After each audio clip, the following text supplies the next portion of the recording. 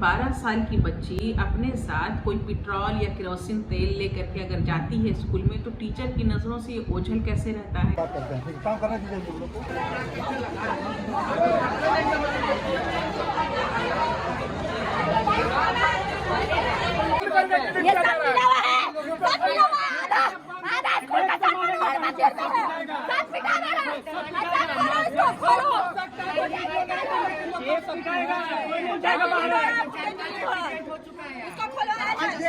पहले भी एक्सीडेंट हो चुका है, एक लड़की के साथ छेड़छाड़ हुआ है टीचर द्वारा।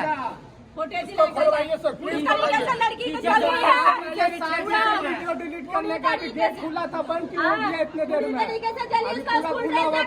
पूरा तरीके से जली हुई वो लड़की, पूरा पूरी तरीके से उसका शक्ल देखने लायक नहीं है। जब वो गई थी एम्बुलेंस से तो वीडियो आखिर उसके पीछे कौन गया वो देखना चाहते हैं। वो बाथरूम हमेशा बंद रहता है, आज बाथरूम क्यों खुला हुआ?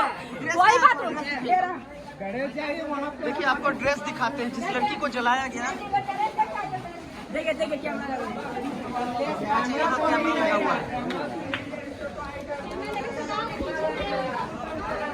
देखिए, आप लोग को मैं ड्रेस दिखाने लगा जिस लड़की की मृत्यु हो गई है, उसको जला के मार दिया गया, ऐसा इनका कहना है। ये होता है कांड के लिए, आए दिन कांड होता है इसमें, तब ये कांड होता है। बंद कितनी बुरी तरीके से बच्चे जलकर मर रही है, कितनी बुरी तरीके से जलकर मर रही है।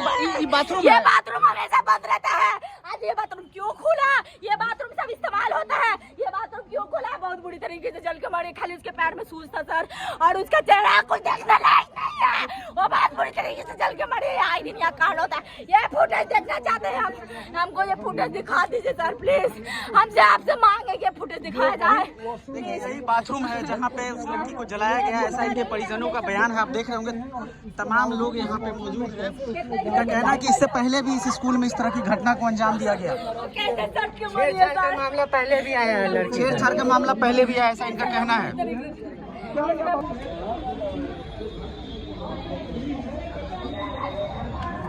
देखिए, ये वॉशरूम फीमेल ऐसा लिखा हुआ है, लेकिन देखिए यहाँ की कंडीशन देखिए, ये बिहार सरकार में सरकारी स्कूल का ये कंडीशन है।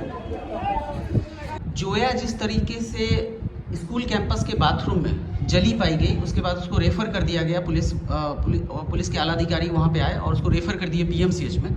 उसके बाद वो वहाँ पे उनकी मृत्यु हो जाती है। उसके बाद लगातार वहाँ पे प्रोटेस्ट हुआ, तमाम चीज़ें हुई, लेकिन सबसे बड़ा प्रश्न ये है कि क्या स्कूल कैंपस में कोई भी बच्चा केरोसिन तेल या पेट्रोल या ज्वलनशील पदार्थ लेके जाता है? क्या स्कूल में रूटीन चेकअप बच्चों का बैग का नहीं होता है? क्या सरकारी स्कूल अब सिर्फ एक नाम का स्कूल लग गया जहाँ पे कोई बच्चा आग लगा लेगा या कोई किसी बच्चा या बच्ची को आग लगा के मार देगा? देखिए, ये जो घटना है ये पूरी तरह से सरकार की नाकामी को दर्शाती है। अब सरकारी स्कूल की जो हालत है, जो शिक्षा का स्तर है, वो तो आप जान रहे हैं, लेकिन सबसे चिंताजनक बात यह है कि सरकारी स्कूलों में अब बच्चे भी सुरक्षित नहीं हैं, उनकी जानें सुरक्षित नहीं हैं। अब ये जोया के साथ जो घटना हुआ, या जोया ने सुसाइड किया या उसकी हत्या की गई, ये तो जांच का विषय है, लेकिन सोचने की बात यह है कि 12 साल की बच्ची अपने साथ कोई पेट्रोल या केरोसिन तेल लेकर के अगर जाती है स्कूल में, तो टीचर की नज़रों से ये ओझल कैसे रहता है। वो बाथरूम में जाकर के आग लगा लेती है और स्कूल के लोगों को खबर नहीं होती है, और जब बुरी हालत में जली हुई मिलती है और PMCH जाकर अंतिम सांसें लेती है। तो नीतीश सरकार इस वक्त बिल्कुल पूरी तरह से इलेक्शन में व्यस्त है और इस तरह की घटनाओं पे ध्यान नहीं दे रही है। और ये एक पहली घटना नहीं है बिहार की। आज का आप हिंदुस्तान का पेपर उठा के देखेंगे तो आज भी एक बच्ची के और हत्या की खबर मोटे लफ्जों में छपी है। तो ये आए दिन हो रहा है और आए दिन बिहार में बच्चियों की जानें जा रही है, बच्चियों के साथ हो रहा है, बच्चियों के साथ ज्यादती हो रही है, और ये सरकार जो है मीठी नींद सोई हुई है या फिर अपनी कुर्सी को बचाने में लगी हुई है। और सरकार को ये सोचना चाहिए कि ये इस तरह की जो सिचुएशन है, इस तरह की जो हालत है, बच्चियां जो है सुरक्षित नहीं हैं, तो आप जो है बेटी पढ़ाओ बेटी बचाओ का जो नारा लगाते हैं, उसमें जो है ज़मीनी स्तर पर तो कोई सच्चाई देखने को मिलती नहीं है। यहाँ तो है बेटी को जलाओ, बेटी को मारो और बेटी को जलाओ जैसी जो है आपको नारे देने चाहिए थे। नीतीश कुमार से पत्रकारों ने पूछा कि प्रशांत किशोर के बारे में क्या कहना चाहेंगे, तो उन्होंने बोला कि प्रशांत जी के बारे में छोड़िए, इसके बारे में सवाल मत कीजिए। ऐसा क्यों? इसलिए कि ये तमाम जो है एनडीए के लोग हों या महागठबंधन के लोग हों, तमाम पार्टियां जो सत्ता या तो सत्ताधीन हैं या जो सत्ता कुर्सी पर बैठने का सपना देख रही हैं, उन तमाम लोगों की नींदें प्रशांत किशोर जी की वजह से उड़ी हुई हैं। प्रशांत किशोर जी जो बिहार के जो प्रॉब्लम्स की बात करते हैं, उनका मुद्दा जात धर्म नहीं है। प्रशांत किशोर जी या जनसुराज का मुद्दा जो है बिहार की प्रॉब्लम्स है, बिहार का पलायन है, बिहार की शिक्षा है, स्वास्थ्य है, पिछड़ापन है, महिलाओं की जो हालत है, दुर्गति है, ये सारे मुद्दे हैं प्रशांत किशोर जी के, और जिसकी वजह से ये सरकार जो है ये बैकफुट पे नजर आ रही है और इनकी जो है नींव हिल रही है, और इनको आने वाले समय की जो आहट सुनाई दे रही है कि जनसुराज बिल्कुल जो है इनका सत्ता को पलटने वाला है, जनसुराज की ही सरकार बनेगी और ये सारे लोग जो है कहीं विलुप्त हो जाएंगे। तो इसकी वजह से ये लोग बहुत डरे सहमे हैं और कुछ भी बोलने से डर रहे हैं, क्योंकि प्रशांत किशोर जी ने अभी कई आला जो है मंत्रियों के पोल खोले हैं, सबूत के साथ खोले हैं, उनके भ्रष्टाचार का जो है बारे में बातें की हैं और बिल्कुल सबूत पेश किया है। तो इसकी वजह से इनके समझ में नहीं आ रहा है कि ये इस चीज़ को किस तरह से काउंटर करें, किस तरह से प्रशांत किशोर जी की बातों का जवाब देते। इसमें इनको लगता है कि इससे बेहतर है भाई कि चुप रहने में ही भलाई है। चुप रहने वाला। अच्छा, जोया वाले मामले में जिस तरीके से अमला जो कन्या मध्य विद्यालय गर्दनीवा का है, वहाँ पे जोया के जो पक्ष के लोग हैं, जो उनके मोहल्ले वाले हैं, चाहे उनके संबंधी है, उनका ये भी एक स्टोरी है, कहानी है। वो लोग बोल रहे हैं कि जोया ने वहाँ किसी मास्टर को आपत्तिजनक स्थिति में देख लिया, जिसके बाद उसके इस तरह की घटना को अंजाम दिया गया। हालांकि ये एक कहानी हो सकती है, एक मतलब तर्क हो सकता है, लेकिन सच्चाई अब सामने कैसे आएगी? जब आपने देखा होगा कि इंद्रपुरी में 2 बच्चे की मौत हो जाती है, एक बंद कार में वो पाया जाता है।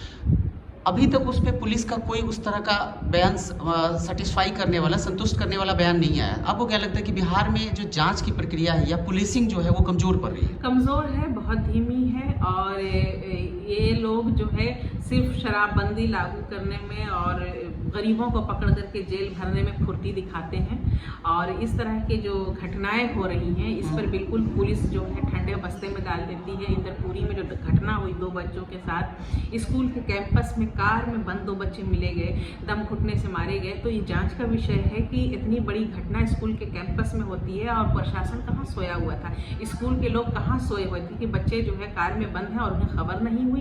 और उनकी माँ का भी कहना है कि कोई एक मास्क लगाए हुए आदमी कार में था। तो ये चीज़ें जांच का विषय है। जोया ने क्या देखा, क्या नहीं देखा, ये भी चीज़ें जांच का विषय है। अगर इस तरह की हरकतें स्कूल में हो रही हैं, टीचर्स कर रहे हैं, तो ये बहुत सोचने का विषय है कि जहां आपको शिक्षा दी जाती है, जहां आपकी तरबियत की जाती है, अगर उस कैंपस में उसी गुरु के ज़रिए इस तरह की हरकतें वहां हो रही हैं तो बच्चों पर क्या असर पड़ेगा, बच्चों की तरबियत कैसे आप कर रहे हैं। तो ये तमाम घटनाओं को देखें। इंद्रपुरी की जो घटना है, पुलिस 200 लोगों को पकड़ करके ले गई, लेकिन अभी तक पता नहीं चला कि दोषी कौन था, और लोग जो है प्रोटेस्ट कर रहे हैं और आक्रोश में हैं। जाहिर सी बात है कि ये तमाम घटनाएं जो है दर्शाती हैं कि हमारी सरकार किस कदर कमज़ोर है, पुलिसिया तंत्र किस तरह कमज़ोर है, और ये लोग जो है बिहार में अभी तक कानून व्यवस्था सही से लागू नहीं कर सके हैं। और आए दिन देखिए कि मर्डर हो रहे हैं बिहार में, एक बिल्कुल खौफ का, भय का माहौल बना हुआ है। तो भाई इस तरह की चीज़ें अब बिहार की जनता स्वीकार नहीं करेगी, और बिहार की जनता जानती है कि आने वाले समय में कौन सी पार्टी बिहार के लिए बेहतर होगी। तो जनता से भी मैं अनुरोध करती हूँ कि आप जो अपने विवेक से काम लीजिए। आपने एनडीए को 20 साल मौका दिया, 15 साल आरजेडी को मौका दिया, दरमियान में 3 साल भी आरजेडी को मौका दिया आपने, और आपने देखा है कि किस तरह इन लोगों ने बिहार को चलाया है, किस तरह बिहार को बिल्कुल गहरे खाई में डाल करके रखा है, अंधकार में बिहार डूबा हुआ है। अब जनसुराज पार्टी आई है, अब जनसुराज के साथ आइए और एक बार हमें मौका देखिए और बिहार को बदलता हुआ आपको नजर आएगा।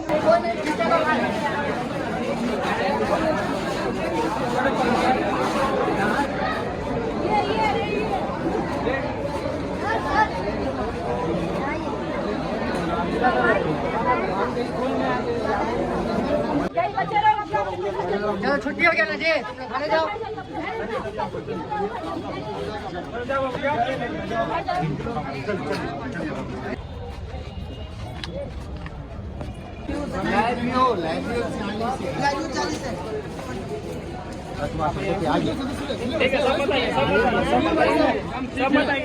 मैम ने हमें आश्वासन दिया है कि जो भी काम है हम लोग निष्पक्ष करेंगे, ठीक है ना। और हमसे ये रिक्वेस्ट की है कि 10 लोग को रखिए, अब बाकी लोग जो अननेसेसरी का भीड़ लगा हुआ है वो लोग तो चले गए। फिर ऐसा कुछ होगा तो फिर हम लोग यहाँ पे देख रेख कर रहे हैं। मैम भी इन्वेस्टिगेशन कर रही है, ठीक है ना। और जो 10 लोग जो हमारे साथ रहना चाह रहे हैं वो आ सकते हैं यहाँ पर। नहीं हो गया मैम, जाइए हो गया। अपना आनो बना के चलो। चलिए।